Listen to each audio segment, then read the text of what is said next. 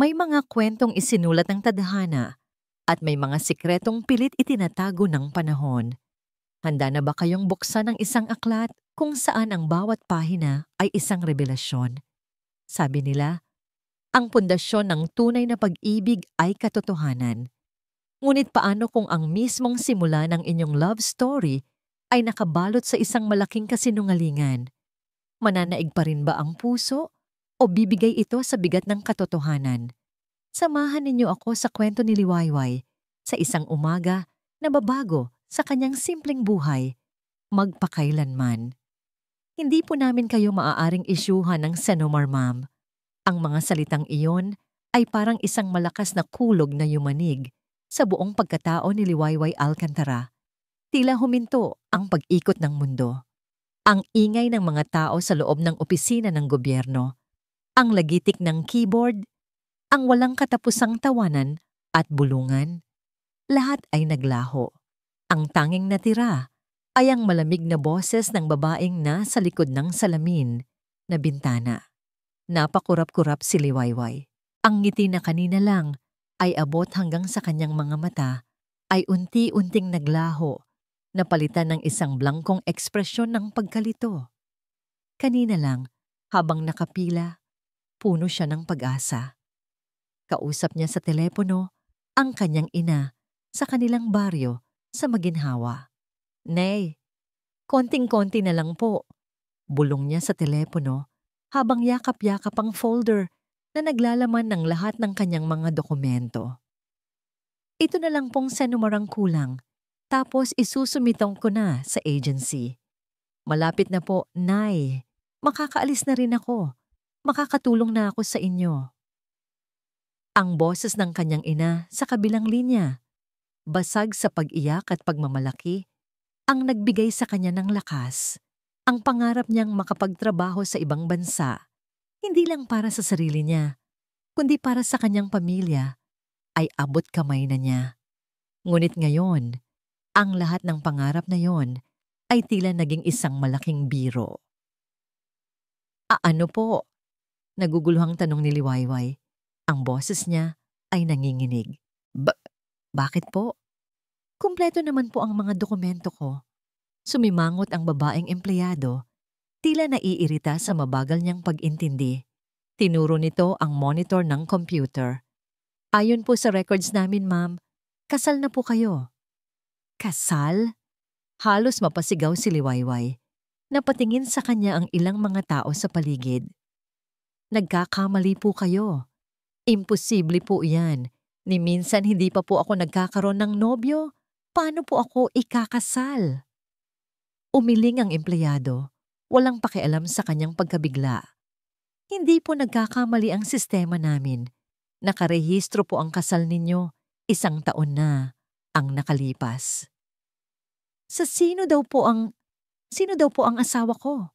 Hirap na hirap niyang tanong. Bawat salita ay parang tinik sa kanyang lalamunan. Tiningnan ulit ng babae ang screen.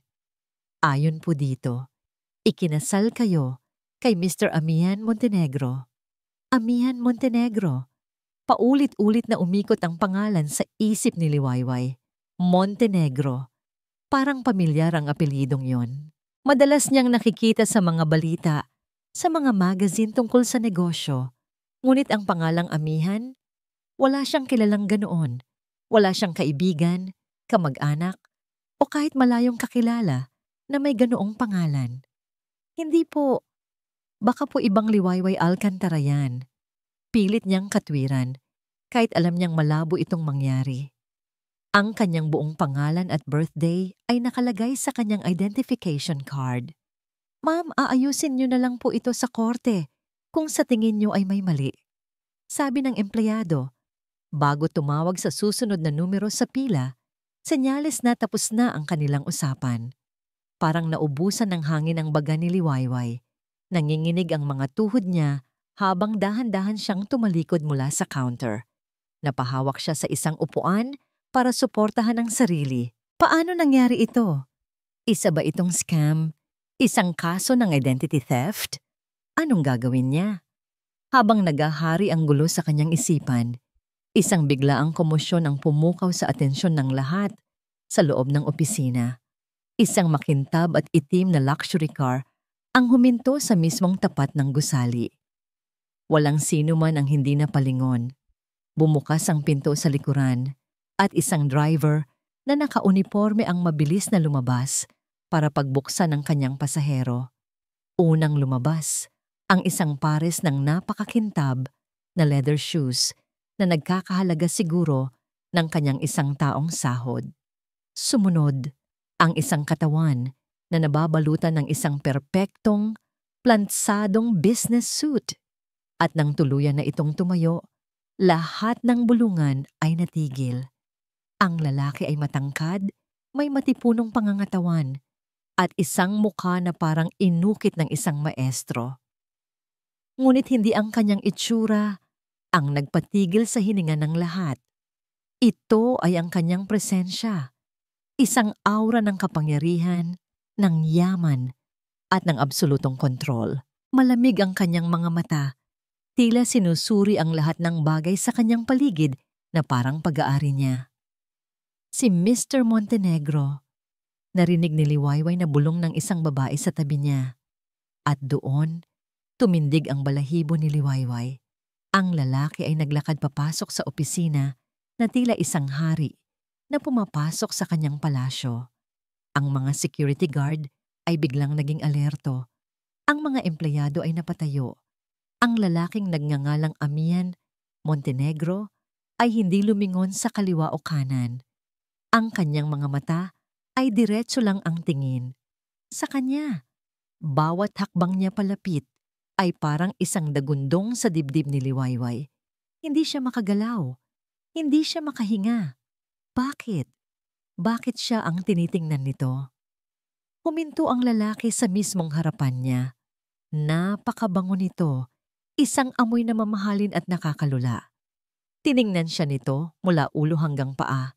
At sa ilalim ng tinging iyon, naramdaman ni Liwayway na para siyang isang langgam na anumang oras ay maaari nitong durugin. Ang katahimikan ay nakakabingi. Walang nagsasalita. Lahat ay naghihintay. Pagkatapos ng tila isang kawalang hanggan, nagsalita si Amihan Montenegro.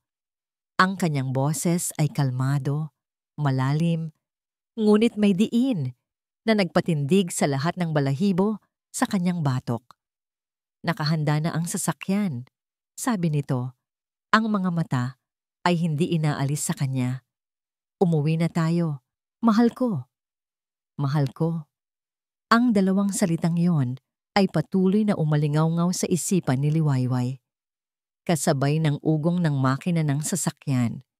Nakaupo siya sa malambot na leather seat sa likuran, sa pinakadulong bahagi. Tila sinusubukang ilayo ang sarili, hanggat maaari sa lalaking katabi niya. Ang bawat hibla ng kanyang kalamnan ay naninigas sa takot at pagkalito. Hindi siya pumalag nang hawakan siya nito sa braso at akayin palabas ng opisina. Para siyang isang manika na nawalan ng sariling isip at lakas. Ang mga mata ng lahat ng tao ay nakasunod sa kanila, puno ng pagtataka at bulungan, ngunit wala siyang marinig. Ang tanging naririnig niya ay ang malakas na kabog ng sarili niyang dibdib. Sino ang lalaking ito? Bakit siya nito inaangkin? Ito ba ay isang masamang panaginip? Ang biyahe ay binalot ng isang nakakabinging katahimikan. Sa labas ng bintana, mabilis na dumadaan ang pamilyar na tanawin ng Maynila. Ngunit para kay Liwayway, tila napunta siya sa ibang mundo. Ang bango sa loob ng sasakyan, isang pinaghalong amoy ng leather at mamahaling pabango ay nakakasulasok. Ang lamig ng aircon ay tumatagos hanggang sa kanyang mga buto. Sumulyap siya sa lalaki. Nakatingin lang ito ng diretso sa daan. Ang kanyang mukha ay kalmado at walang emosyon. Ang perpektong linya ng kanyang panga ay nanatiling matigas. Sino ba talaga siya? Isang baliw? Isang makapangyarihang tao na nagkamali ng akala. Huminto ang sasakyan sa harap ng isang napakataas na gusaling salamin na may nakaukit na pangalang Montenegro Prime Holdings sa itaas. Doon lang tuluyang napagtanto ni Liwayway na hindi ito isang biro. Ang lalaking katabi niya ay totoong si Amihan Montenegro, ang CEO ng isa sa pinakamalaking korporasyon sa bansa. Muli siyang inalalayan nito palabas at papasok sa isang pribadong elevator. Walang nagsasalita. Bawat galaw ni Amihan ay kontrolado at may awtoridad.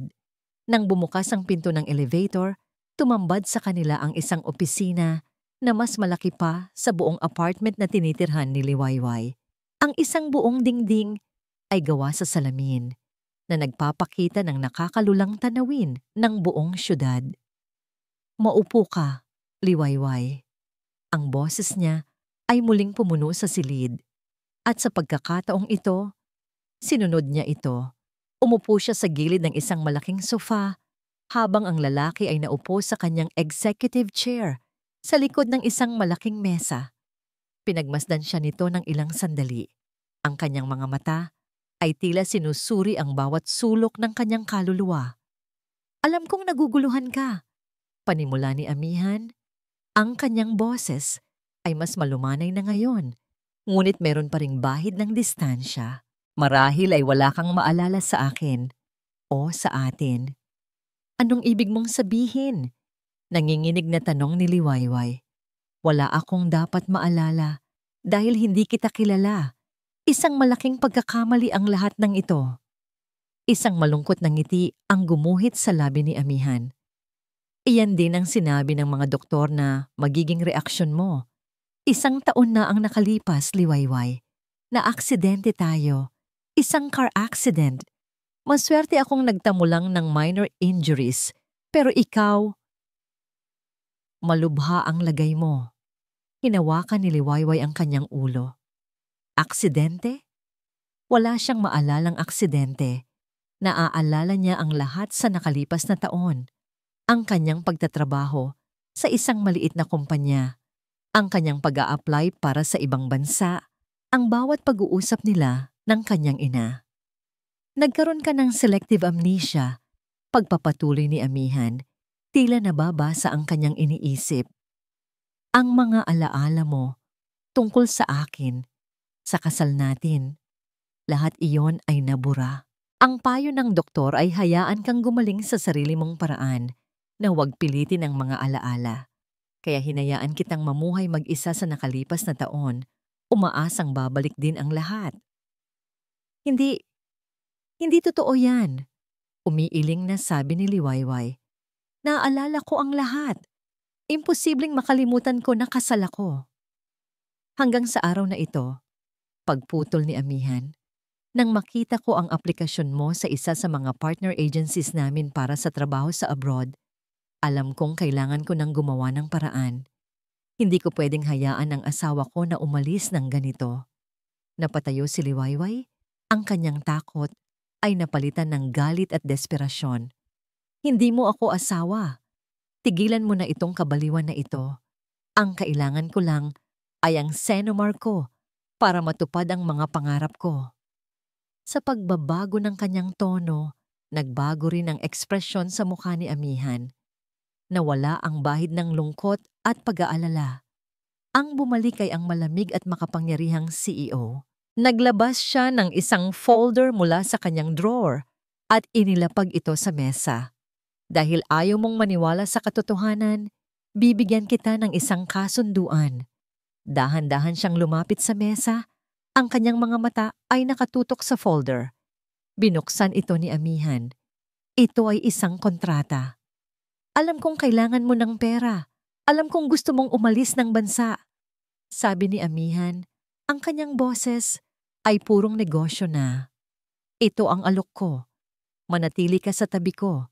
Gampanan mo ang papel ng asawa ko sa loob ng 6 na buwan. Maging personal assistant ko. Kailangan kong ipakita sa business world na matatag ang personal kong buhay, lalo na't may malaking deal kaming isasara. Pagkatapos ng 6 na buwan, ako na mismo ang mag-aayos ng annulment natin. Bibigyan kita ng sapat na pera para makapagsimula ka kahit saan mo gusto. At personal kong tatawagan ng agency para siguraduhing makakaalis ka. Napatitig si Liwayway sa kanya. Ang lahat ng ito ay parang isang eksena sa isang pelikula. At kung hindi ako papayag. Kung hindi ka papayag, sabi ni Amihan, sumandal siya sa kanyang upuan.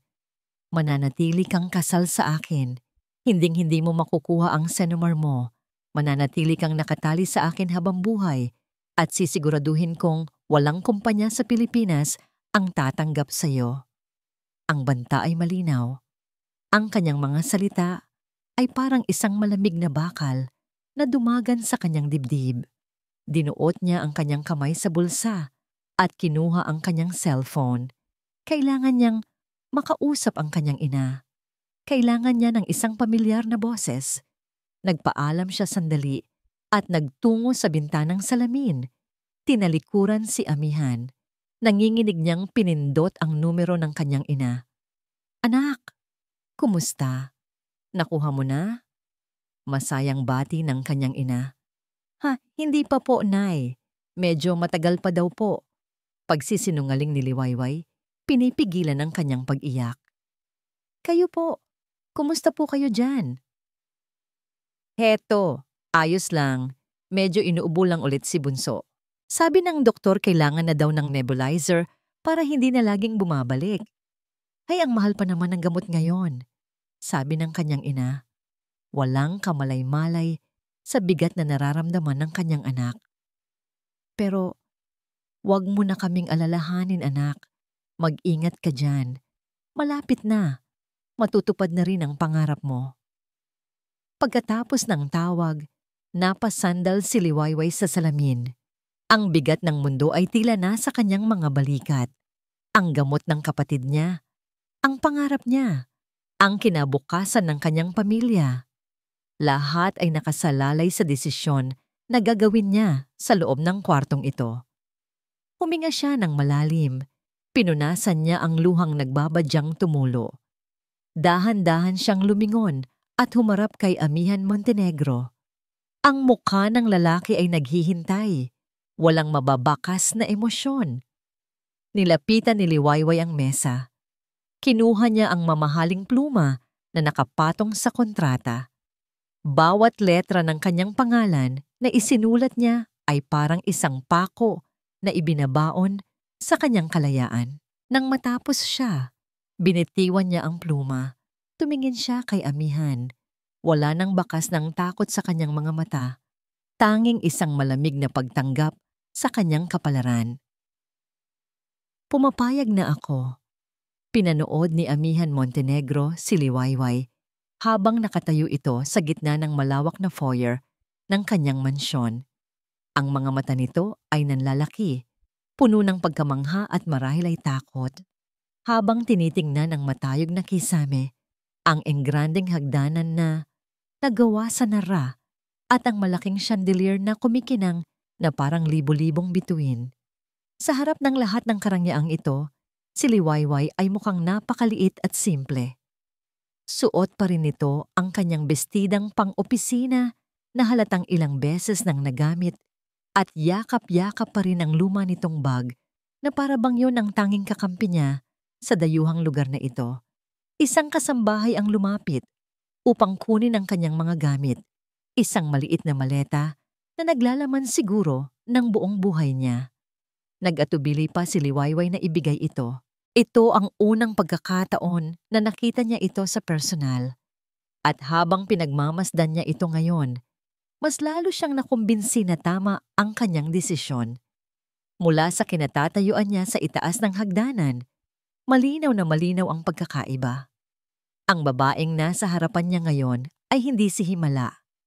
Si Himala Alcantara, ang babaeng gumamit ng pagkakakilanlan ni Liwayway para pakasalan siya, ay may talas sa mata. Laging may kalkulasyon sa bawat ngiti, may ambisyon sa bawat galaw. Maganda si Himala, sa paraang malamig at perpekto. Isang babaeng alam kung ano ang gusto at gagawin ang lahat para makuha iyon. Siya ang tipo ng babae na bagay sa mundo ni Amihan. Ngunit si Liwayway, may kakaibang kinang sa mga mata nito. Isang kinang ng pagiging inosente ng simpleng pangarap. May init sa paraan ng kanyang pagtingin sa paligid kahit pa ito ay nababalot ng pagkalito. Hindi siya perpekto, ngunit siya ay totoo. At iyon ang bagay na hindi nakita ni Amihan sa matagal na panahon. Naalala niya ang araw na yon. Ilang linggo na ang nakalipas. Ang araw na nagsimula ang lahat ng ito. Sound fades slightly, transitioning into a flashback. Soft sound of paper shuffling. Nasa opisina si Amihan, abala sa pag-aaral ng mga dokumento para sa isang malaking merger nang pumasok ang kanyang pinagkakatiwalaang HR head. May dala itong 2 folder. "Sir, for your information lang po," sabi nito. "Medyo kakaiba po kasi." Ang unang folder ay naglalaman ng kopya ng marriage certificate nila ni Liwayway Alcantara na ipinadala ng mga abogado ni Himala bilang patunay ng kanilang kasal. Matagal nang hindi nagpapakita sa kanya si Himala pagkatapos makuha ang gusto nito. Ang pangalawang folder ay isang aplikasyon. Isang aplikasyon para sa trabaho sa Canada mula sa isa sa kanilang mga partner recruitment agencies. Ang pangalan ng aplikante, Liwayway Alcantara. Napakunot ang noo ni Amihan. Tiningnan niya ang mga litrato. Magkamukha sila. Walang duda. Marahil ay kambal. Ngunit magkaiba ang kanilang mga mata. Ang nasa marriage certificate ay may matapang at mapanuring tingin. Ang nasa job application ay may ngiting simple at puno ng pag-asa. Doon niya naintindihan. Niloko siya ni Himala. Ginamit nito ang pagkakakilanlan ng kapatid para makapasok sa buhay niya. At ang tunay na Liwayway Alcantara, walang kaalam-alam, ay nagbabalak na iwan ang bansa. Isang plano ang mabilis na nabuo sa isip ni Amihan. Isang mapanganib at komplikadong plano. Pwede niyang ipawalang bisa ang kasal dahil sa panloloko. Pwede niyang ipahanap si Himala. Iyon ang lohikal na gawin. Ngunit habang tinititigan niya ang litrato ng babaeng may simpleng pangarap, isang ideya ang pumasok sa kanyang isipan. Isang ideya na mas mapangahas. Paano kung hahayaan niya ang kasal na manatili? Paano kung gagamitin niya ang sitwasyon para makilala ang tunay na Liwayway? Ang kwento ng amnesia ay nabuo. Ito ang pinakamadali at pinakamabilis na paraan. Isang kasinungalingan para itama ang isang naunang kasinungalingan at para makuha ang isang bagay na hindi niya inaasahang gugustuhin niya. Sound transitions back to the present. The echo of the mansion returns. "Pinahanda ko na ang guest room para sa'yo," sabi ni Amihan. Binasag ang katahimikan habang bumababa siya ng hagdan. Napalingon si Liwayway, halatang nagulat. "Guest room?" "Sa tingin ko mas magiging komportable ka doon sa ngayon," sagot niya. Sinubukang gawing natural ang kanyang boses. Habang unti-unti mong naaalala ang lahat. Tumangulang ito, hindi makatingin ng diretso sa kanya. Ang unang hapunan nila ay napuno ng awkward na katahimikan. Nakaupo sila sa magkabilang dulo ng isang mahabang mesa na kayang pakainin ng 20 tao. Sinubukan ni Amihan na magsimula ng isang usapan. Sinusubukang gunitain ang mga alaala na hindi kailanman nangyari. "Naalala mo ba noong una tayong kumain sa restaurant na yon sa Tagaytay?" sabi niya. "Umulan ng malakas noon, kaya hindi na tayo nakaalis. Kinailangan nating mag-check-in sa isang hotel." Tumingin sa kanya si Liwayway. Ang kanyang mukha ay blangko. Sinusubukang maghanap ng isang bagay sa kanyang isipan na wala doon. Pasensya na. Wala talaga akong maalala." Isang kirot ng konsensya ang dumaan sa dibdib ni Amihan habang pinapanood niya itong magpumilit na alalahanin ng isang memoryang hindi kailanman umiral. Ngunit mabilis niya itong isinantabi. Bahagi ito ng plano. Para makuha ang gusto mo, minsan kailangan mong gumawa ng mga bagay na hindi mo gusto. Pagkatapos ng hapunan, agad na nagpaalam si Liwayway na magpapahinga na. Hinatid niya ito ng tanaw hanggang sa makapasok ito sa silid na inihanda para sa kanya. Nang gabing iyon, hindi mapakali si Amihan. Tumayo siya sa labas ng pintuan ng silid ni Liwayway, nakikinig. Narinig niya ang isang mahinang hikbi. Umiiyak ito. Gusto niyang kumatok. Gusto niyang pumasok at sabihing titigilan na niya ang lahat ng ito. Ngunit ang imahe ng mukha nito sa litrato, ang pag-asang nakita niya roon, ang nagpigil sa kanya. Huminga siya ng malalim at tumalikod. Naglakad siya patungo sa kanyang sariling silid. Habang nakatayo sa harap ng malaking bintana at nakatingin sa mga ilaw ng syudad, inamin niya sa sarili ang katotohanan. Ginagawa niya ito hindi lang para protektahan ang kanyang negosyo. Ginagawa niya ito para sa sarili niya. Napatingin siyang muli sa direksyon ng kwarto ni Liwayway. Ramdam niya ang bigat ng kanyang kasinungalingan, ngunit mas matindi ang determinasyon na panindigan ito. Patawarin mo ako, Liwayway. Bulong niya sa hangin. Pero hindi kita kayang pakawalan. Lumipas ang isang linggo. Isang linggo na parang isang buong taon. Bawat araw ay isang pagsubok para kay Liwayway, nagampanan ng isang papel na hindi niya kailanman pinangarap sa isang entabladong hindi niya pinili. Ang mansyon ng mga Montenegro ang kanyang naging kulungan na gawa sa ginto. At ang trabaho bilang personal assistant ni Amihan ang kanyang naging tanikala. Ngunit sa paglipas ng mga araw, may unti-unting nagbabago. Hindi sa sitwasyon, kundi sa pananaw niya. Nagsimula siyang magmasid. Natuklasan niyang sa likod ng malamig at kontroladong CEO, mayroong isang Amihan na sobrang disiplinado sa trabaho. Isang lalaking kayang magtrabaho ng 16 na oras ng diretso, na ang tanging pampalakas ay isang tasang itim na kape. Nakita niya kung paano siya respetuhin at katakutan ng kanyang mga empleyado. At minsan, sa mga pagkakataong hindi nito namamalayan, nakikita niya ang bahid ng pagod sa mga mata nito. Isang uri ng kalungkutan na hindi kayang itago ng anumang mamahaling damit o relo. Ngayong umaga, nasa opisina sila. Tinuturuan siya ni Amihan kung paano gamitin ang software para sa kanyang schedule. Nakatayo ito sa likuran niya. Ang isang kamay ay nakapatong sa likod ng kanyang upuan, habang ang isa naman ay nakaturo sa screen. Dito mo ilalagay ang lahat ng meetings. Make sure you color-coded them based on priority, paliwanag ni Amihan. Ang hininga nito ay bahagyang tumatama sa kanyang buhok, at ang pamilyar na pabango nito ay tila bumabalot sa kanya. Masyado itong malapit. Sige po. Naintindihan ko, sabi ni Liwayway. Sinusubukang itago ang panginginig ng kanyang mga kamay habang nagtatype. May isang function na hindi niya mahanap. Inilapit ni Amihan ang kanyang katawan. Ang braso nito ay halos dumikit na sa kanya para abutin ang mouse. This one, bulong nito. Ang boses ay mas malalim at mas malapit kaysa dati. Isang kuryente ang tila gumapang sa kanyang braso nang magdikit ang kanilang mga balat. Hindi niya napigilang mapahinto sa paghinga. Sa isang saglit, nakalimutan niya ang kontrata. Nakalimutan niya ang kanyang amnesia.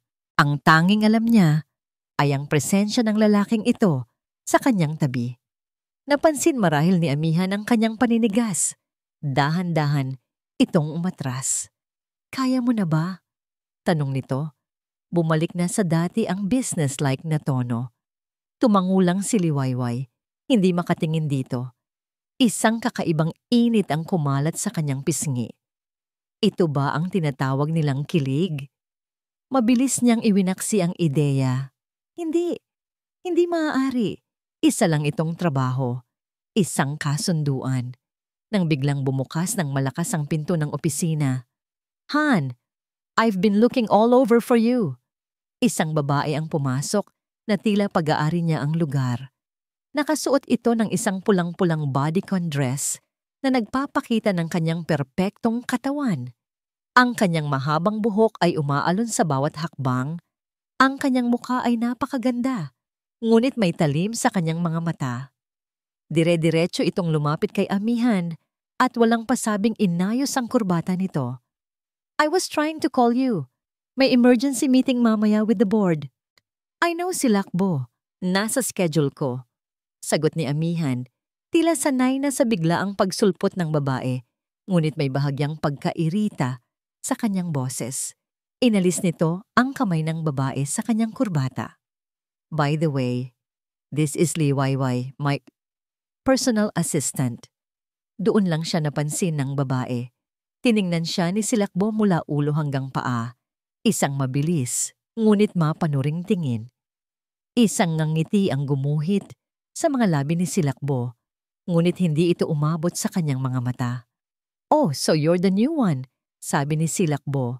Ang kanyang boses ay matamis, ngunit may pahiwatig ng pangmamaliit. Lumapit ito sa kanya at inilahad ang kamay. Silakbo Romero, business partner at best friend ni Amihan. Tinanggap ni Liwayway ang kamay nito. Malamig ito, tulad ng tingin nito. Liwayway Alcantara po. Alcantara? Pag-uulit ni Silakbo na tila may inaalala, pero mabilis din itong iwinaksi ng isang matamis na ngiti. So personal assistant? An interesting position for a wife, sabi nito. Ang salitang asawa ay binigkas niya na may halong sarkasmo na para bang isa itong biro na silang dalawa lang ni Amihan ang nakakaintindi. Naramdaman ni Liwayway ang init na umakyat sa kanyang mga pisngi. Hindi dahil sa hiya, kundi dahil sa inis. Alam niyang pinepersonal siya ng babae. Bago pa man siya makasagot, naramdaman niyang lumapit si Amihan sa kanyang tabi. Bahagyang inilagay nito ang isang kamay sa sandalan ng kanyang upuan. Isang maliit na gesture, ngunit sapat na para maramdaman ni Liwayway ang proteksyon at para makita ni Silakbo ang pag-angkin. Liwayway is helping me organize things. She's a fast learner, sabi ni Amihan. Ang kanyang boses ay kalmado, ngunit may diin. Isang malinaw na mensahe para kay Silakbo na tumigil na, ngunit tila lalo lang nitong ginanahan si Silakbo. Isang matinis na tawa ang pinakawalan nito, na umalingaw-ngaw sa tahimik na opisina. Oh, Han, you're always so serious. Siyempre, I'm just getting to know my best friend's wife again. Humarap ito kay Liwayway. Ang kanyang mga mata ay kumikinang sa kalokohan. Hey Liwayway, naaalala mo pa ba yung trip natin sa Palawan? Yung lasing na lasing si Han, tapos nahulog siya sa bangka habang sinusubukan niyang humuli ng isda gamit ang kamay niya? We laughed about that for weeks. You even took a video. Ang mundo ni Liwayway ay biglang umikot. Palawan, lasing na Amihan, isang video. Sinubukan niyang maghalungkat sa kanyang isipan, naghahanap ng kahit anong bahid ng alaala. Ngunit wala. Isang blangkong pader. Napatingin siya kay Amihan. Ang kanyang mga mata ay nagtatanong, naghahanap ng tulong. Ang mukha ni Amihan ay nanigas.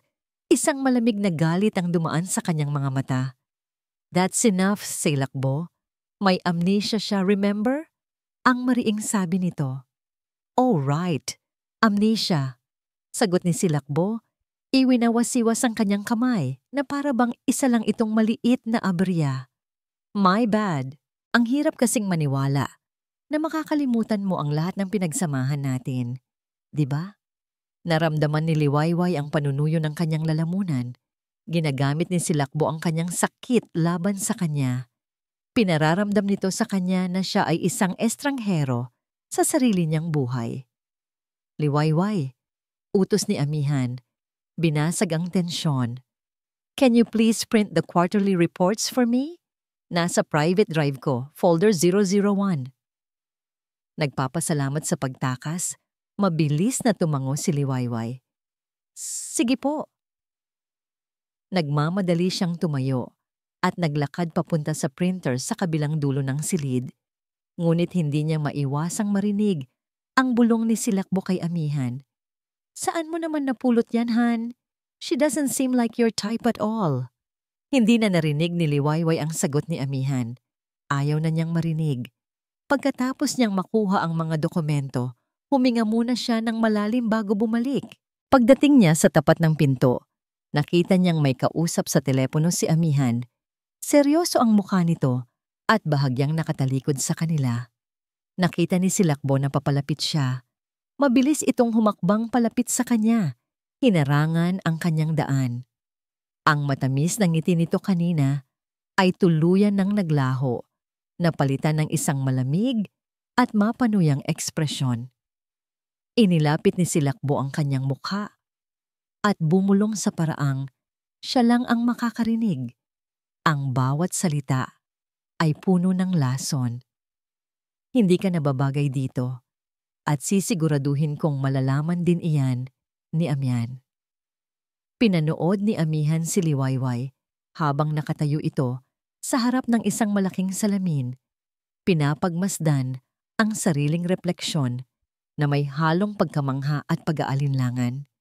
Ang simple at murang bestida ay napalitan ng isang midnight blue evening gown na yakap-yakap ang kanyang katawan sa lahat ng tamang lugar.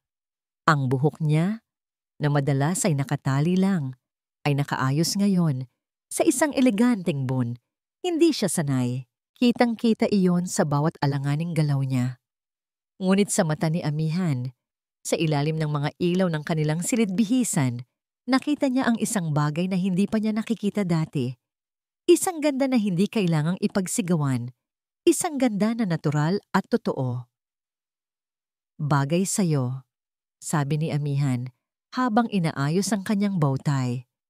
Napalingon ito sa kanya at sa isang saglit nawala ang pag-aalinlangan sa mga mata nito at napalitan ng isang nahihiyang ngiti. Salamat. Pero, sigurado ka bang kailangan kong sumama? Baka magkamali lang ako doon. Ang mga salita ni Silakbo, alam ni Amihan na ang mga iyon ang bumabagabag sa isipan ni Liwayway. Ang mga lason na ibinulong nito ay unti-unting kumakalat. Lumapit siya rito. Kailangan mong sumama, sabi niya. Ang kanyang boses ay mas malumanay kaysa sa kanyang inaasahan. Dahil asawa kita at gusto kong ipakita sa lahat kung gaano ako kaswerte. Hindi niya napigilan ang sarili. Inayos niya ang isang hibla ng buhok na naligaw sa mukha nito. Naramdaman niya ang bahagyang panginginig nito sa kanyang pagdampi. Sa loob ng isang sandali, sa ilalim ng artipisyal na ilaw ng kanilang silid, naramdaman niya ang isang koneksyon. Isang bagay na totoo sa gitna ng lahat ng kanilang kasinungalingan. Ang charity gala ng Montenegro Prime Holdings ay isang karagatan ng mga pekeng namungiti at tahimik na paghusga. Bawat isa ay nakasuot ng kanilang pinakamamahaling damit. Hawak ang isang baso ng champagne habang nag-uusap tungkol sa negosyo at sa buhay ng ibang tao. Pagpasok pa lang nila, lahat ng mata ay napunta sa kanila. O mas eksakto, kay Liwayway. Nakita ni Amihan ang mga tanong sa mga mata ng kanyang mga kasosyo. Sino ang babaeng ito? Saan siya nanggaling?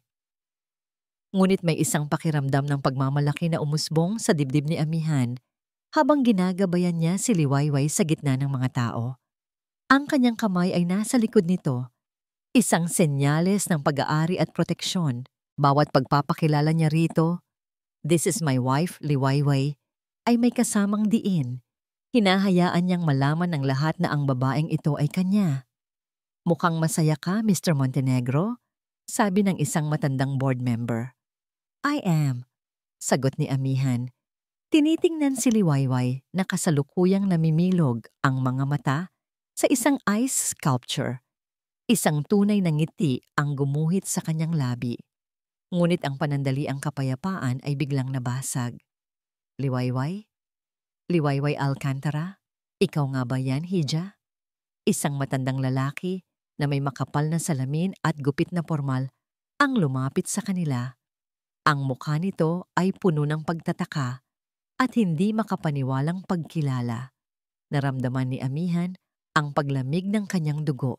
Kilala niya ang lalaki, si Mr. Velasco, isa sa mga pinakaunang investor ng kumpanya ng mga Alcantara bago pa ito malugi. Pipasensya na po. Sino po sila? Magalang na tanong ni Liwayway. Hindi mo na ako naaalala. Ako si Tito Ramon mo. Kaibigan ako ng papa mo.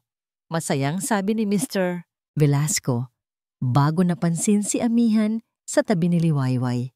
Biglang nagbago ang kanyang ekspresyon. Ang saya ay napalitan ng pagdududa at bahagyang galit. Tiningnan niya ang kamay ni Amihan na nakahawak kay Liwayway. Anong ginagawa mo kasama ang isang Montenegro? Tanong ng matanda. Ang boses ay bumaba at puno ng pag-aalala. Mr. Velasco, it's a pleasure to see you again, sabi ni Amihan. Sinubukang kontrolin ang sitwasyon. Ang kanyang ngiti ay pilit. Liwayway is my wife. Halos mabitawan ni Mr. Velasco ang kanyang baso. Asawa? Imposible. Hindi ba't anak ka ni Alcantara? Ang tindi ng ginawa sa inyo ng mga Montenegro. Bawat salita ng matanda ay parang isang suntok sa sikmura ni Amihan. Napatingin siya kay Liwayway. Ang mukha nito ay nagpapakita ng isang blankong pagkalito, ngunit sa ilalim noon, nakita niya ang isang maliit na binhi ng pagdududa na nagsisimulang tumubo. Excuse us, Mr. Velasco. My wife isn't feeling well. Mabilis na sabi ni Amihan. Hinawakan niya ng mahigpit ang braso ni Liwayway at mabilis itong inilayo sa matanda. Hindi na pinansin ang tawag nito sa kanilang likuran. Habang naglalakad sila palayo, naramdaman niya ang paninigas ng katawan ni Liwayway. Amihan, ano yon? Anong sinasabi niya? Wala yon. Lasing lang siguro siya. Pagsisinungaling niya. Habang patuloy na hinihila ito palabas ng ballroom, ang biyahe pa uwi ay binalot ng isang mabigat at nakakabinging katahimikan. Hindi na nagsalita si Liwayway. Nakatingin lang ito sa labas ng bintana. Ngunit alam ni Amihan na hindi ang mga ilaw ng syudad ang tinitingnan nito. Ang kanyang isipan ay lumilipad. Pinagdudugtong-dugtong ang mga piraso ng impormasyon. Pagdating nila sa mansyon, dumiretso si Liwayway sa kanilang silid. Sumunod si Amihan. Naabutan niya itong nakatayo sa gitna ng kwarto, tinatanggal ang mga alahas na ipinasuot niya rito.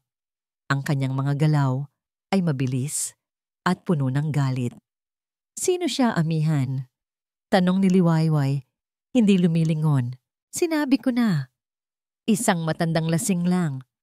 Huwag kang magsinungaling sa akin. Sigaw nito. Sa wakas ay humarap sa kanya. Ang kanyang mga mata ay nag-aapoy. Ito ang unang pagkakataon na nakita niya itong maggalit ng ganito. Sinabi niya, ang tindi ng ginawa sa inyo ng mga Montenegro. Anong ginawa ninyo sa pamilya ko? Napabuntong hininga si Amihan. Alam niyang wala na siyang takas. It was business, Liwayway. Matagal na yun. Nagkaroon ng kompetisyon sa pagitan ng kumpanya namin at ng kumpanya ng pamilya mo. Competition! Mapait na tawa ni Liwayway. Ayon sa narinig ko, parang higit pa sa competition yun. Anong nangyari? We acquired their company. Malamig na sagot ni Amihan. Pinipilit na itago ang anumang emosyon. It was a hostile takeover. They went bankrupt. It's how the business world works. Napatitig sa kanya si Liwayway. Ang kanyang mukha ay puno ng hindi makapaniwalang sakit. Kaya pala galit na galit si Silakbo sa apelyido kong Alcantara at ikaw. Alam mo ang lahat ng ito. Hindi siya nakasagot. Lumapit ito sa kanya. Ang bawat hakbang ay mabigat. Ang kanyang boses ay naging isang mahinang bulong, puno ng lamat. Bukod sa memorya ko, ano pa ba ang hindi mo sinasabi sa akin, Amihan? Ang tanong ni Liwayway ay nanatiling nakabitin sa hangin. Isang espada na nakaamba sa namamagitan sa kanilang dalawa. Hindi sumagot si Amihan. Ang kanyang katahimikan ay mas malakas pa kaysa sa anumang pag-amin. Umalis si Liwayway sa silid na yon na dala ang bigat ng hindi masagot na tanong. Sa mga sumunod na araw, isang pader ng yelo ang namagitan sa kanila. Ginagawa niya ang kanyang mga tungkulin bilang assistant ng may profesionalismo, ngunit wala na ang dating bahagyang ngiti. Wala na ang mga sandaling nagkakatinginan sila. Naging dalawang estranghero silang muli na nakatira sa iisang bahay. Ngunit ang binhi ng pagdududa na itinanim ni Mr. Velasco ay nagsimula nang mag-ugat sa isipan ni Liwayway. Kung nagsinungaling si Amihan tungkol sa nakaraan ng kanilang mga pamilya, ano pa ang kaya niyang itago? Ang amnesia niya, hindi pa rin niya ito matanggap. Mayroong mali, mayroong kulang. Isang umaga, habang nag-aayos si Liwayway ng mga libro sa malawak na library ni Amihan, isang bagay ang pumukaw sa kanyang atensyon. Isang lumang baul na gawa sa kahoy, nakatago sa ilalim ng isang mesang hindi masyadong ginagamit. Dahil sa utos ni Amihan na ayusin ang lahat ng bagay sa library, binuksan niya ito. Puno ito ng mga lumang dokumento at mga litrato. Karamihan ay mga papeles ng negosyo. Ngunit sa ilalim ng lahat, may isang folder. Isang folder na may nakasulat na pangalan. Alcantara. Nanginginig ang mga kamay niyang binuksan ito. Ang unang dokumento ay pamilyar. Ito ang kanyang sariling application form. Ang mismong isinumite niya sa recruitment agency. Naroon ang kanyang litrato, ang kanyang resume, ang kanyang mga pangarap na nakasulat sa papel. Ngunit ang nakapagpatigil sa kanyang paghinga ay ang petsa sa itaas. Isang maliit na selyo na nagsasabing received na may petsang 2 linggo bago pa man siya pumunta sa opisina ng gobyerno para kumuha ng Senomar. Paano? Paano napunta ito kay Amihan ng mas maaga? Sa ilalim ng kanyang aplikasyon, may isa pang set ng mga papeles. Ito ay isang biodata. Ang pangalan, Himala Alcantara. At ang litrato ay halos refleksyon ng kanyang mukha. Ngunit may ibang kinang sa mga mata. Isang kinang na pamilyar. Ang kinang na nakikita niya sa mga mata ni Silakbo. Ang kinang ng ambisyon at panlalamang. Sa tabi ng biodata ni Himala ay isang kopya ng kanilang marriage certificate. Ang pangalan, Liwayway Alcantara. Ngunit ang pirma? Ang pirma ay hindi kanya. Ibang-iba ang pagkakasulat. Doon, sa katahimikan ng library, ang lahat ng piraso ng palaisipan ay biglang nagkadugtong-dugtong. Ang pagkakamali sa Senomar. Ang biglaang pagdating ni Amihan. Ang kwento tungkol sa aksidente at amnesia. Ang pag-aalinlangan ni Silakbo.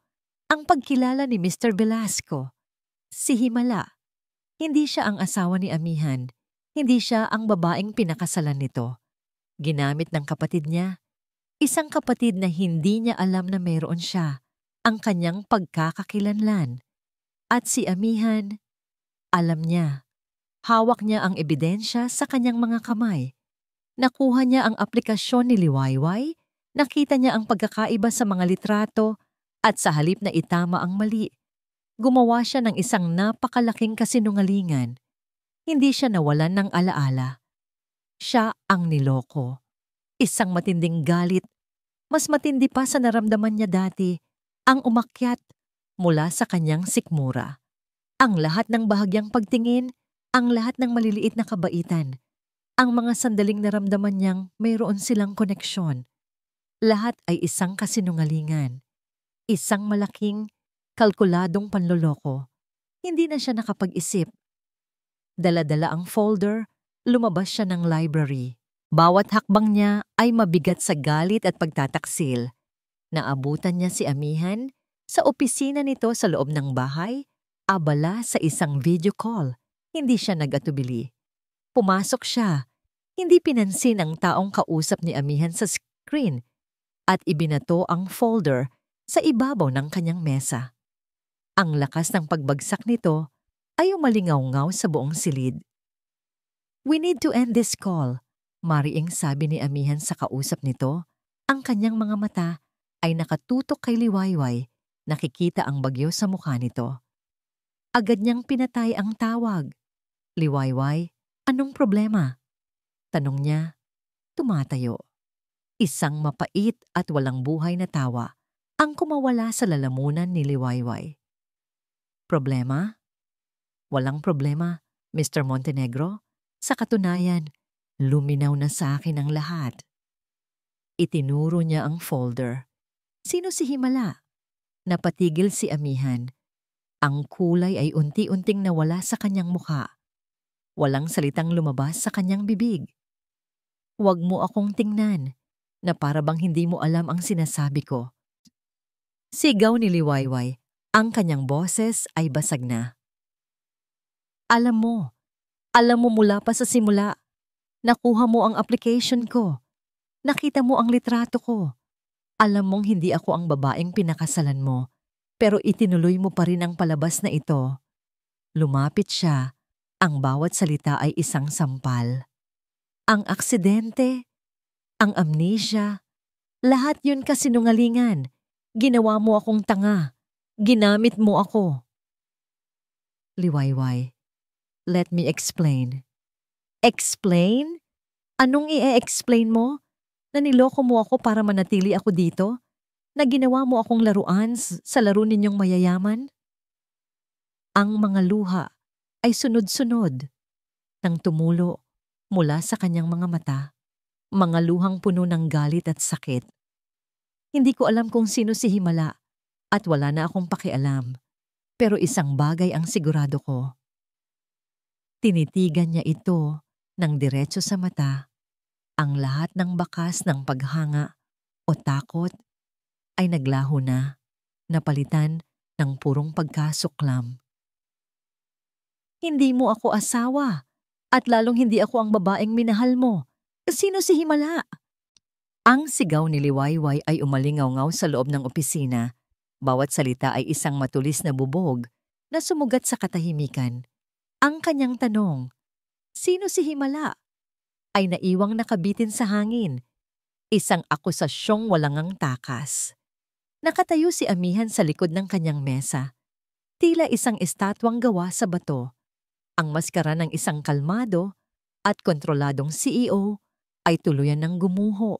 Ang natira ay isang lalaking nahuli, walang maidadahilan, at hubad sa harap ng katotohanan. Ito na, ang sandaling kinatatakutan niya. Ang sandaling alam niyang darating, ngunit pilit niyang ipinagpapaliban. Huminga siya ng malalim, isang paghahanda sa sakit na alam niyang idudulot ng kanyang mga susunod na salita. Totoo ang lahat ng sinabi mo. Pag-amin niya, ang kanyang boses ay bahagyang paos. Hindi ka nawalan ng alaala. At hindi ikaw ang babaeng pinakasalan ko. Ang bawat salita ng pag-amin ay isang kumpirmasyon na lalong nagpabigat sa dibdib ni Liwayway. Umatras ito ng isang hakbang na para bang ang kanyang mga salita ay may pisikal na bigat na tumulak sa kanya palayo. Ang galit sa mga mata nito ay dahan-dahang napalitan ng isang malalim, hindi masukat na sakit. Si Himala, pagpapatuloy ni Amihan, pinilit ang sarili na salubungin ang mga mata ni Liwayway na puno ng pagtataksil. Kapatid mo siya. Kakambal mo. Imposible, bulong ni Liwayway umiiling. Walang nabanggit sa akin si nanay. Wala akong kapatid. Isang sikretong itinago ng pamilya ninyo, sabi ni Amihan. Siya ang lumapit sa akin. Siya ang nagplano ng lahat. Ginamit niya ang pagkakakilanlan mo para makapasok sa Montenegro. Ang kasal, isa lang itong transaksyon sa negosyo para sa kanya. Pagkatapos ng kasal, kinuha niya ang pera at bigla na lang naglaho. Naglakad si Amihan paikot sa kanyang mesa. Dahan-dahang lumalapit kay Liwayway, ngunit bawat hakbang niya ay sinusuklian ito ng pag-atras. At ikaw, bakit mo ako niloko? Tanong ni Liwayway. Ang boses ay basag na. Bakit ka gumawa ng kwento tungkol sa amnesia? Pwede mo namang sabihin sa akin ang totoo. Pwede mo akong tulungang ipawalang bisa ang kasal na yon. Dito na napuno ng pagsisisi ang mukha ni Amihan. Ito ang tanong na gabi-gabi niyang tinatanong sa kanyang sarili. Bakit nga ba? Dahil nang makita ko ang aplikasyon mo, sabi niya, ang kanyang boses ay puno ng isang emosyon na hindi pa kailanman narinig ni Liwayway mula sa kanya. Isang halo ng desperasyon at pagsisisi. Nang makita ko ang litrato mo, ang mga pangarap mo, nakita ko ang lahat ng wala kay himala. Nakita ko ang lahat ng hindi ko alam na hinahanap ko pala. Kasinungalingan. Mabilis na sagot ni Liwayway. Hindi! Giit ni Amihan. Ang kanyang boses ay tumaas. Naging makasarili ako, Liwayway. Oo, naging duwag ako. Natakot ako na kapag sinabi ko sa'yo ang totoo, aalis ka agad. Mawawala ka sa akin nang hindi pa man kita nakikilala. Ang kwento ng amnesia, iyon lang ang naisip kong paraan para manatili ka, para magkaroon ako ng pagkakataon. Huminto siya sa kanyang harapan. May sapat na distansya sa pagitan nila. Plano ko sanang sabihin sa iyo ang lahat sa tamang panahon. Kapag siguro naramdaman mong may puwang na ako sa puso mo. Ang pag-amin niya, ang kanyang katwiran, ay hindi nagdulot ng kaginhawaan. Sa halip, ito ay parang isang insulto. Puwang sa puso ko. Mapait na tawa ni Liwayway. Paano ako magkakaroon ng puwang para sa isang lalaking ginawa akong bilanggo sa kanyang mga kasinungalingan? Ang bawat ngiti mo, ang bawat pag-aalala mo. Lahat ba yun bahagi ng plano? Lahat ba yun isang palabas? Hindi siya nakasagot. Dahil sa isang banda, totoo. Pinunasan ni Liwayway ang kanyang mga luha gamit ang likod ng kanyang kamay. Ang kanyang mukha ay naging isang blangkong maskara. Ang sakit ay napalitan ng isang malamig na desisyon. Dahan-dahan, hinubad niya ang singsing na pangkasal na isinuot sa kanya ni Amihan noong unang araw niya sa mansyon. Ang singsing na sumisimbolo sa isang kasal na hindi kanya. Inilapag niya ito sa ibabaw ng mesa, sa tabi ng folder na naglalaman ng lahat ng katotohanan. Ang tunog ng pagtama ng metal sa kahoy ay tila isang hatol. Tapos na ang kontrata, deklara niya. Ang kanyang boses ay walang emosyon. 6 na buwan ang usapan, pero kahit isang araw pa, hindi ko na kaya. Tinalikuran niya si Amihan at nagsimulang maglakad palabas ng silid. Liwayway, sandali! Tawag ni Amihan. Ang kanyang boses ay puno ng panik. Saan ka pupunta? Huminto si Liwayway sa may pintuan, ngunit hindi ito lumingon. Ang pag-ibig na nagsimula sa kasinungalingan ay hindi pag-ibig, sabi niya. Ang kanyang boses ay malamig na parang yelo. Isa itong lason. At tuluyan na siyang naglakad paalis. Iniwan si Amihan na nakatayo sa gitna ng kanyang opisina. Napapalibutan ng mga ebidensya ng kanyang panloloko at dinudurog ng bigat ng katotohanang sa kagustuhan niyang magkaroon ng pagkakataon. Siya mismo ang sumira sa lahat ng ito. Walang lingon-likod na tinalikuran ni Liwayway ang mansyon. Ang bawat hakbang niya palayo ay isang hakbang palayo sa isang buhay na binuo sa kasinungalingan. Hindi siya nagdala ng kahit ano maliban sa kanyang sarili at sa basag niyang puso. Ang pagbabalik sa Baryo Maginhawa ay hindi naging matamis. Dati, ito ang kanyang kanlungan. Ngayon, ito ay naging isang paalala ng kanyang kabiguan. Kinailangan niyang magsinungaling sa kanyang ina.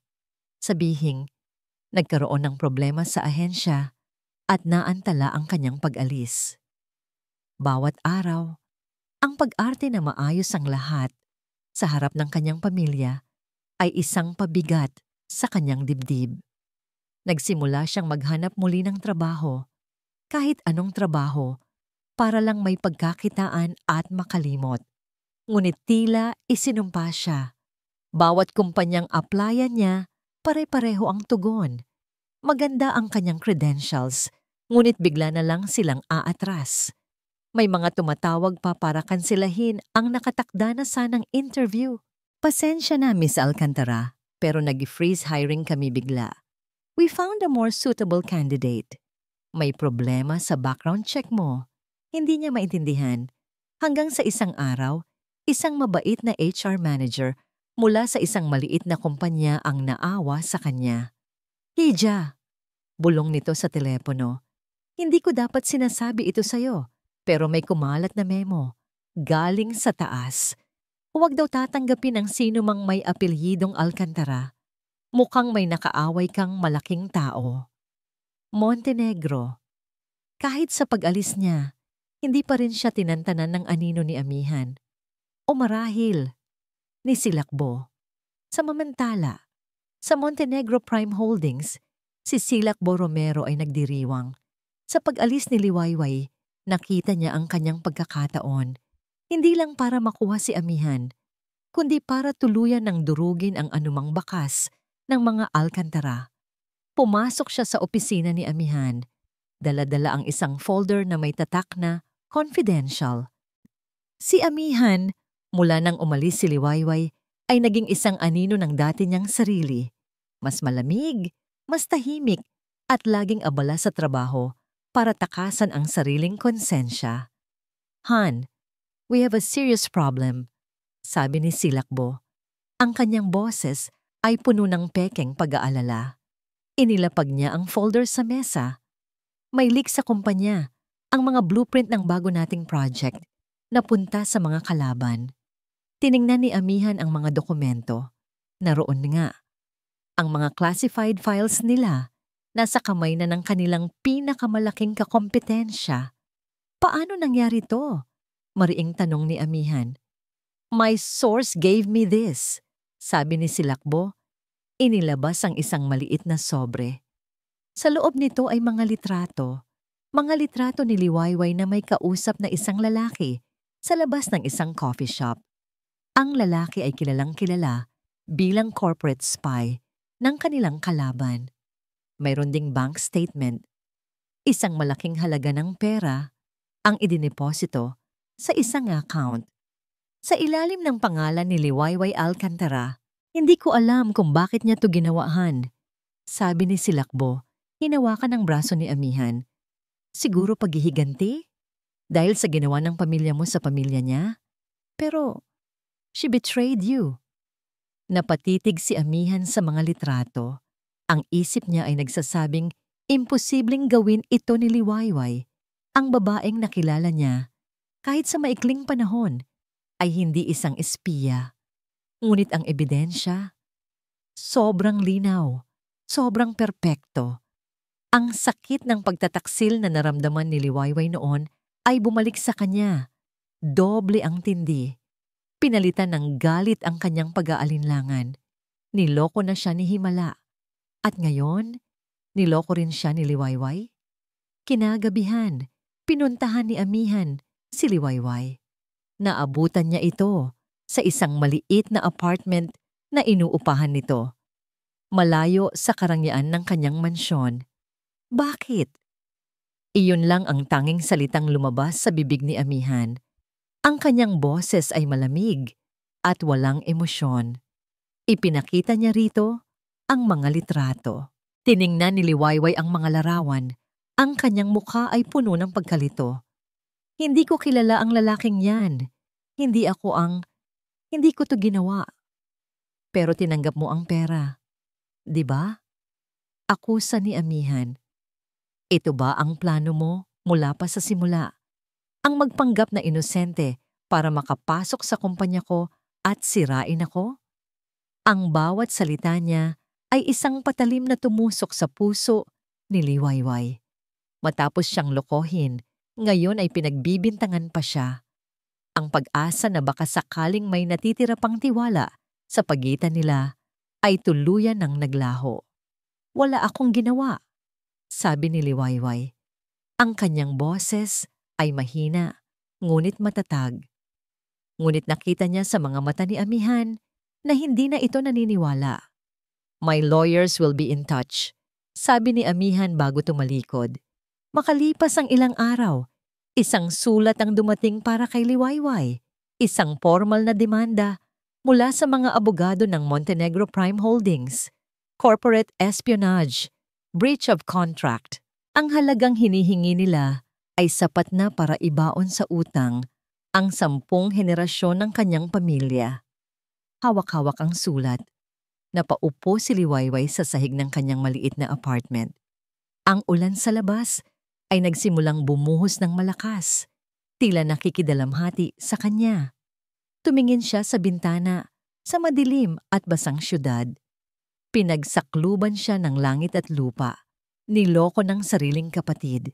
Ginamit at nilinlang ng lalaking sinimulan na niyang pagkatiwalaan. Pinagbintangan sa isang kasalanang hindi niya ginawa. At ngayon, nahaharap siya sa isang laban na alam niyang hinding-hindi niya maipapanalo. Ang pangarap niyang makatulong sa kanyang pamilya ay naging isang bangungot na sisira sa kanila. Ipinikit niya ang kanyang mga mata, hinayaang tumulo, ang mga luhang kanina pa niya pinipigilan. Sa katahimikan ng kanyang kwarto, sa gitna ng malakas na buhos ng ulan, isang bulong na puno ng kawalan ng pag-asa ang kumawala sa kanyang mga labi. Wala na. Wala nang natira sa akin. Lumipas ang mga araw, ngunit ang galit sa dibdib ni Amihan ay hindi nagbigay sa kanya ng kapayapaan. Sa halip, ito ay naging isang lason na unti-unting kumakain sa kanyang kaluluwa. Bawat sulok ng kanyang opisina, bawat espasyo sa kanyang mansyon ay nagpapaalala sa kanya kay Liwayway. Narinig niya ang imahe ng mukha nito nang ipakita niya ang mga litrato, ang pagkalito, ang sakit, ang mariing pagtanggi. Narinig niya ang boses nito sa kanyang isipan. Hindi ko to ginawa. Gabi-gabi, sinusubukan niyang kumbinsihin ang sarili na tama ang kanyang ginawa, na ang ebidensya ay hindi nagsisinungaling. Ngunit may isang bahagi sa kanya, isang maliit at desperadong boses na sumisigaw na mayroong mali. Isang gabi, habang nakaupo sa kanyang madilim na opisina, tinititigan ng demanda na nakahanda ng isang palaban kay Liwayway, bigla siyang napatigil. Kinuha niya ang isa sa mga litrato, ang litrato ni Liwayway na may kausap na lalaki sa labas ng coffee shop. Tinitigan niya itong mabuti. May isang bagay na hindi tama. Sa likuran ni Liwayway, sa salamin ng bintana ng coffee shop, may isang refleksyon. Isang babaeng nakaupo sa malayo, bahagyang malabo, ngunit may isang pamilyar na postura, isang pulang damit. Ang paraan ng paghawak nito sa kanyang telepono, silakbo. Isang malamig na kuryente ang gumapang sa kanyang gulugod. Bakit nandoon si silakbo? Isang coincidence lang ba? Agad niyang tinawagan ang hepe ng kanyang security team. Gusto kong suriin ninyo ang lahat ng CCTV footage sa paligid ng Kalinaw Coffee Shop 2 weeks ago, Tuesday, between 2 to 4 p.m. I-cross-reference ninyo sa oras na nakalagay sa litratong ipapadala ko sa inyo. I want every angle.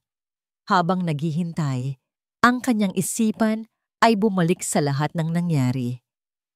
Ang biglaang pagdating ni Silakbo nang umalis si Liwayway. Ang perpektong timing ng ebidensya.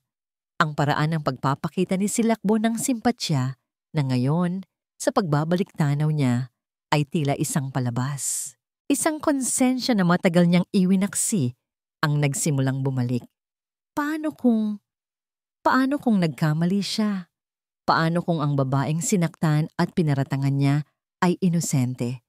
Makalipas ang ilang oras, tumunog ang kanyang telepono. Ito na. Sir, sabi ng hepe ng security, nakuha na po namin. May isang maliit na detalye na hindi nakuha sa still photo.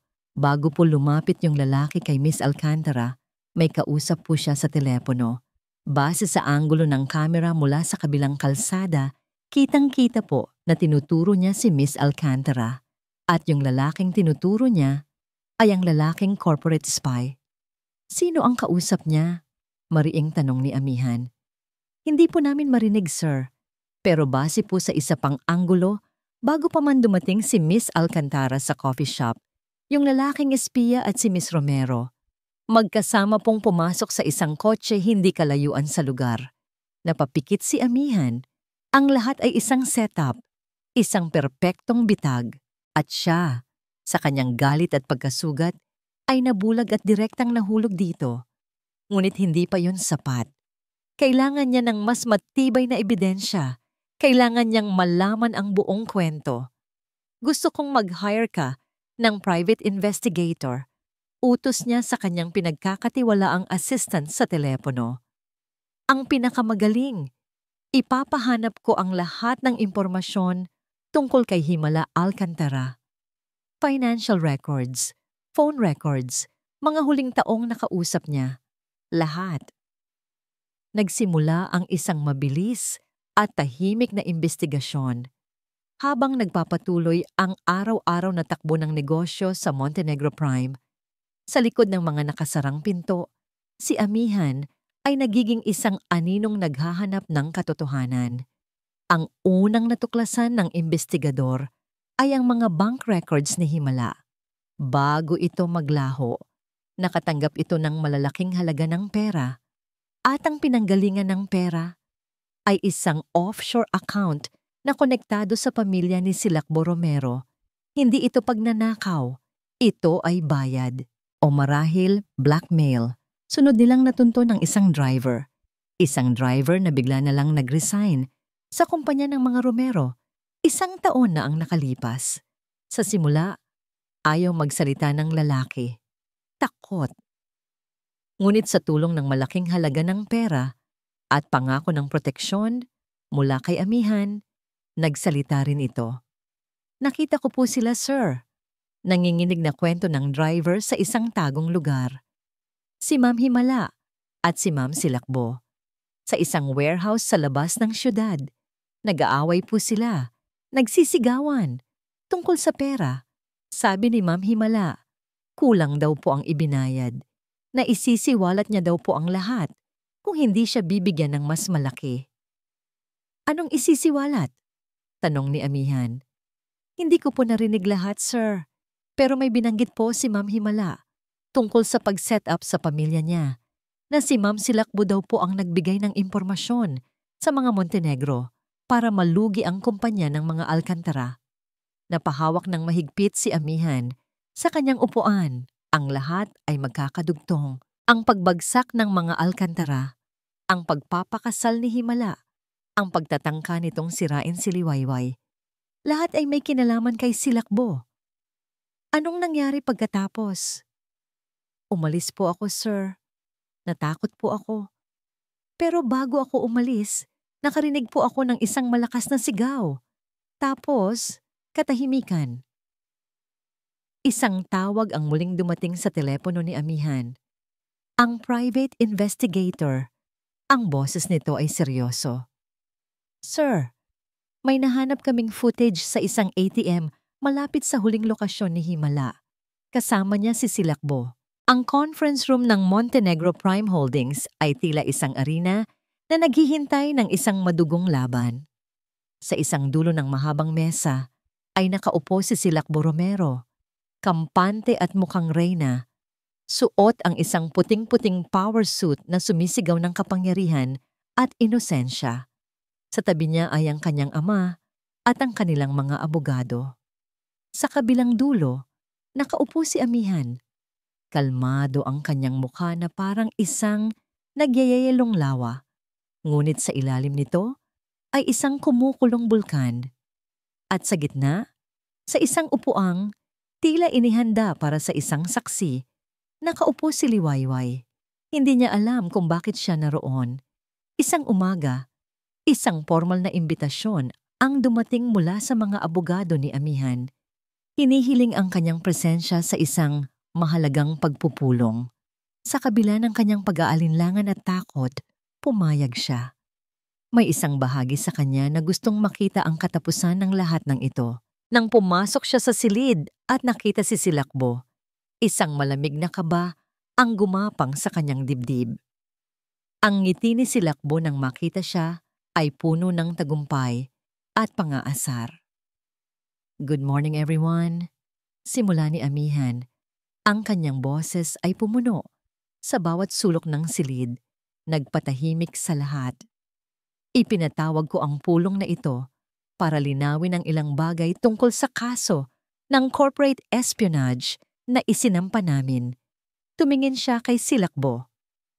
Miss Romero, a few weeks ago, you presented evidence that Miss Alcantara here sold company secrets to our competitors.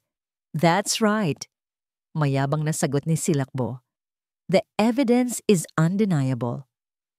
You are correct, sabi ni Amihan na ikinagulat ng lahat, lalo na ni Liwayway. The evidence is indeed undeniable. Naglakad si Amihan papunta sa malaking screen sa dulo ng silid. But what is deniable is the person behind the crime. Ang unang lumabas sa screen ay ang litrato ni Liwayway na may kausap na espiya. This was your primary evidence, sabi ni Amihan. Pagkatapos ay pinindot niya ang isang button. Isang video ang nagplay. Ang CCTV footage mula sa kabilang kalsada.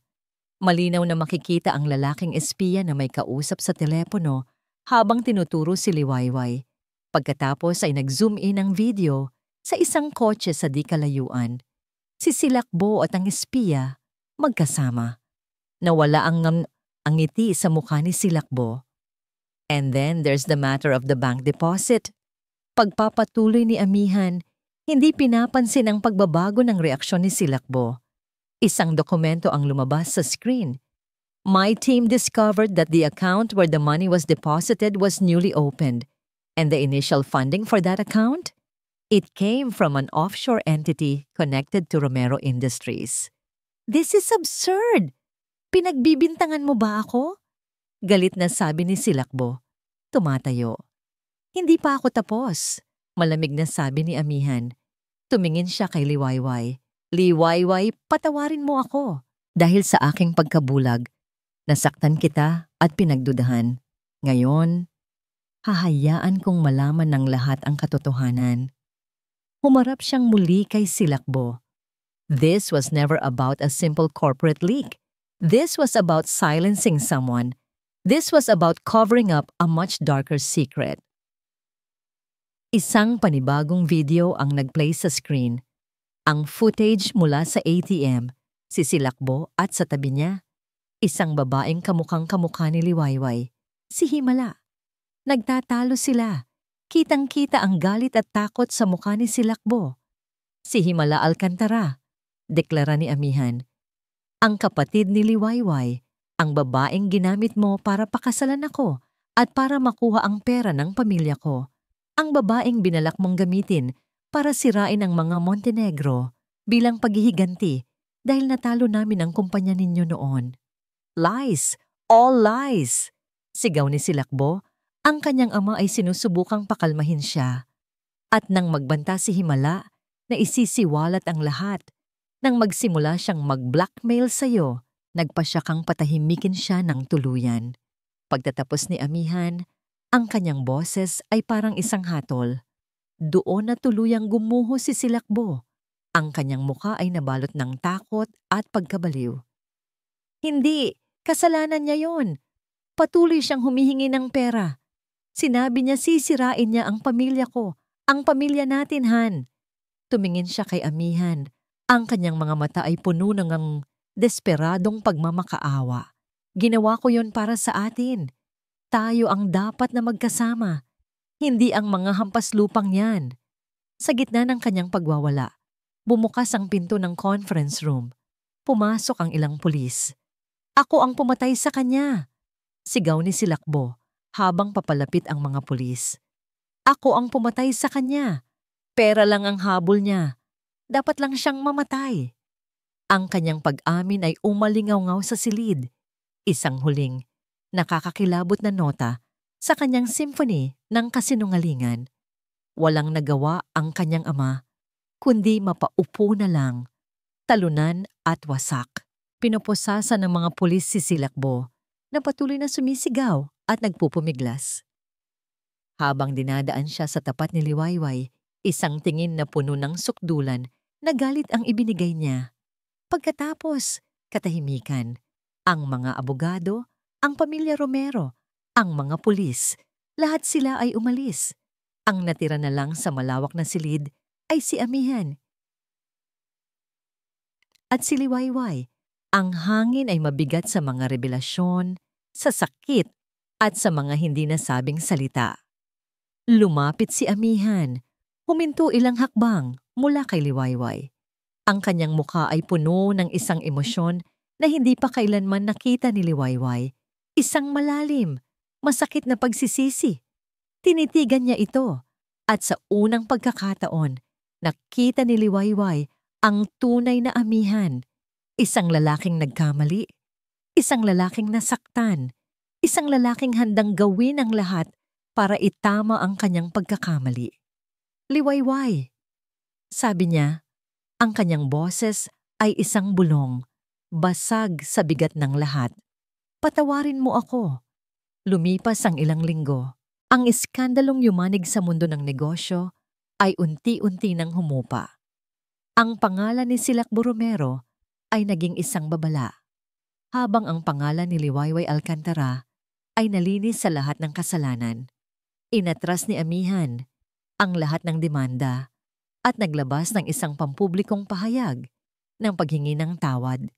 Inaako ang lahat ng responsibilidad sa maling akusasyon. Ngunit para kay Liwayway, ang paghilom ay hindi kasing bilis ng pagkalat ng balita. Umuwi siya sa baryo Maginhawa sa yakap ng kanyang ina, kung kanino niya na rin inamin ang buong katotohanan. Ang pag-iyak ng kanyang ina para sa nawalang anak na si Himala at para sa pinagdaanan ni Liwayway ay naging simula ng kanilang parehong paghilom. Isang hapon, habang nagwawalis si Liwayway sa kanilang bakuran, isang pamilyar na itim na kotse ang huminto sa kanilang tapat. Ngunit ang bumaba ay hindi ang makapangyarihang CEO na nakilala niya. Ang bumaba ay si Amihan, nakasuot ng simpleng polo shirt at maong. May dalang isang bayong na puno ng mga prutas at pasalubong. May pag-aalinlangan sa kanyang mga mata, isang takot na baka hindi siya tanggapin. Sinalubong siya ng ina ni Liwayway. Walang sinabi ang matanda, ngunit tiningnan siya nito ng diretso sa mata. Sa huli, isang tango ang ibinigay nito bago sila iwanang dalawa. Anong ginagawa mo dito? Tanong ni Liwayway. Hindi galit, ngunit pagod. Gusto lang kitang kamustahin, sagot ni Amihan. At may gusto akong ibigay sa'yo. Inabot niya rito ang isang folder. Sa loob nito ay ang annulment papers, pirmado na niya. At sa tabi nito, isang plane ticket papuntang Canada. One way. Malaya ka na, Liwayway, sabi ni Amihan. Ang kanyang boses ay puno ng pait. Karapat dapat mong makuha ang mga pangarap mo. Yung mga pangarap na muntik ko nang sirain. Napatitig si Liwayway sa mga papel. Ito na. Ito ang pinangarap niya mula pa sa simula. Ang kalayaan. Ang pagkakataong umalis at magsimula muli. Naglakad sila papunta sa dalampasigan, kung saan laging naglalaro si Liwayway noong bata pa siya. Umupo sila sa buhangin, pinapanood ang dahan-dahang paglubog ng araw. Salamat, sabi ni Liwayway, hawak-hawak ang tiket. Wala yon, sagot ni Amihan. Ito ang pinakamaliit na bagay na magagawa ko.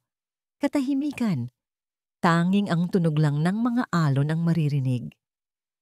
Nang malaman kong may kapatid ako, panimula ni Liwayway, nagalit ako. Nagalit ako sa kanya, sa nanay ko, sa buong mundo.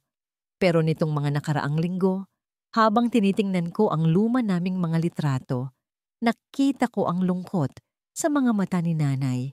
Itinago niya ang sikreto hindi para saktan ako, kundi para protektahan ako. Tumingin siya kay Amihan, ang kasinungalingan. Kahit gaano pa kapangit, minsan nagmumula sa pagmamahal o sa takot na mawala ang minamahal. Alam ni Amihan na hindi lang ang ina ni Liwayway ang tinutukoy nito. Mali pa rin ang ginawa ko. Pag-amin ni Amihan, walang anumang dahilan ang makapagpapabago doon. Sinaktan kita, Liwayway, at habang buhay kong pagsisisihan Yun. Tinitigan ni Liwayway ang plane ticket sa kanyang kamay, ang papel na sumisimbolo sa kanyang pangarap. Ngunit habang tinititigan niya ito, napagtanto niya na ang pangarap na yon ay tila pag-aari na ng isang ibang tao, isang Liwayway na hindi pa nasasaktan, hindi pa natututo. Ang pangarap niya ngayon ay iba na. Dahan-dahan. Sa harap ng namimilog na mga mata ni Amihan, pinunit ni Liwayway ang plane ticket, piraso bawat piraso, hanggang sa maging maliliit na confetti na lang ito na tinangay ng hangin. Anong ginagawa mo? Naguguluhang tanong ni Amihan.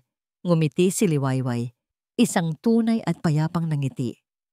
Ang pangarap kong umalis ay para takasan ng isang buhay na hindi ko gusto.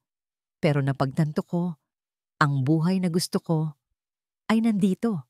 Kung saan ako natuto, kung saan ako nasaktan, at kung saan pwede akong magsimulang muli. Tumayo siya at inilahad ang kanyang kamay kay Amihan. Nag-aalangan man, tinanggap ito ng lalaki. Ang pag-ibig na nagsimula sa kasinungalingan ay lason. Pag-uulit ni Liwayway sa sinabi niya dati. Pero ang pag-ibig na kayang paghilumin ang mga sugat ng kasinungalingan, iyon siguro ang pag-ibig na totoo. Napuno ng luha ang mga mata ni Amihan. Hinawakan niya ng mahigpit ang kamay ni Liwayway. Sa pagkakataong ito, lumuhod siya sa kanyang harapan, hindi bilang isang CEO, kundi bilang isang lalaking nagmamahal. Inilabas niya mula sa kanyang bulsa ang isang maliit na kahon. Sa loob nito ay isang simpleng singsing, walang malaking diamante, ngunit kumikinang sa ilalim ng papalubog na araw. Liwayway Alcantara, sabi niya, ang kanyang boses ay nanginginig. Pwede ba tayong magsimula ulit? Sa pagkakataong ito, walang kontrata, walang kasinungalingan. Ako lang at ikaw. Pakakasalan mo ba ako sa totoo lang? Hindi na kailangan ng salita. Ang isang matamis ng ngiti at isang tango mula kay Liwayway ang naging sagot. Isinuot ni Amihan ang singsing sa kanyang daliri. Tumayo sila, magkahawak kamay, habang ang araw ay tuluyan ng lumubog sa karagatan, nag-iiwan ng isang kalangitang kulay kahel at rosas. Hindi ko kailangan ng mundo, sabi ni Liwayway. Ang kailangan ko lang ay isang pag-ibig na totoo. Ngumiti si Amihan, isang ngangiting puno ng pag-asa at pasasalamat. At iyon ang ipinapangako ko sa'yo sa bawat pagsikat ng ating Liwayway. Sa bawat pagsubok ng buhay, may aral na laging naiiwan. Ang kwento ni Liwayway at Amihan ay nagturo sa atin na ang pundasyon ng tunay na pagmamahal ay hindi perpekto. Minsan, kailangan muna itong mabasag para muling mabuo sa mas matibay na paraan, sa pamamagitan ng katotohanan, pagpapatawad at pagtanggap. Maraming salamat po sa inyong pakikinig, mga minamahal naming taga-subaybay. Sana po ay nasiyahan kayo at nakapulot ng inspirasyon sa kwentong ito. Ano pong masasabi ninyo sa naging kapalaran ni Liwayway at Amihan? At anong klaseng kwento naman ang gusto ninyong marinig sa susunod? I-comment nyo lang po sa ibaba. Hindi dito nagtatapos ang ating paglalakbay. Marami pa pong kwentong kasing ganda at mas puno ng aral dito sa aming channel. Kung nagustuhan nyo ang kwentong ito, i-like, i-share sa pamilya at mga kaibigan, at mag-subscribe na rin para lagi kayong updated sa mga susunod pa naming kwento. I-click niyo ang notification bell para kayo ang unang makarinig kapag may bago kaming upload. Pagpalain po kayo ng Panginoon, kayo at ang inyong buong pamilya. Hanggang sa muli.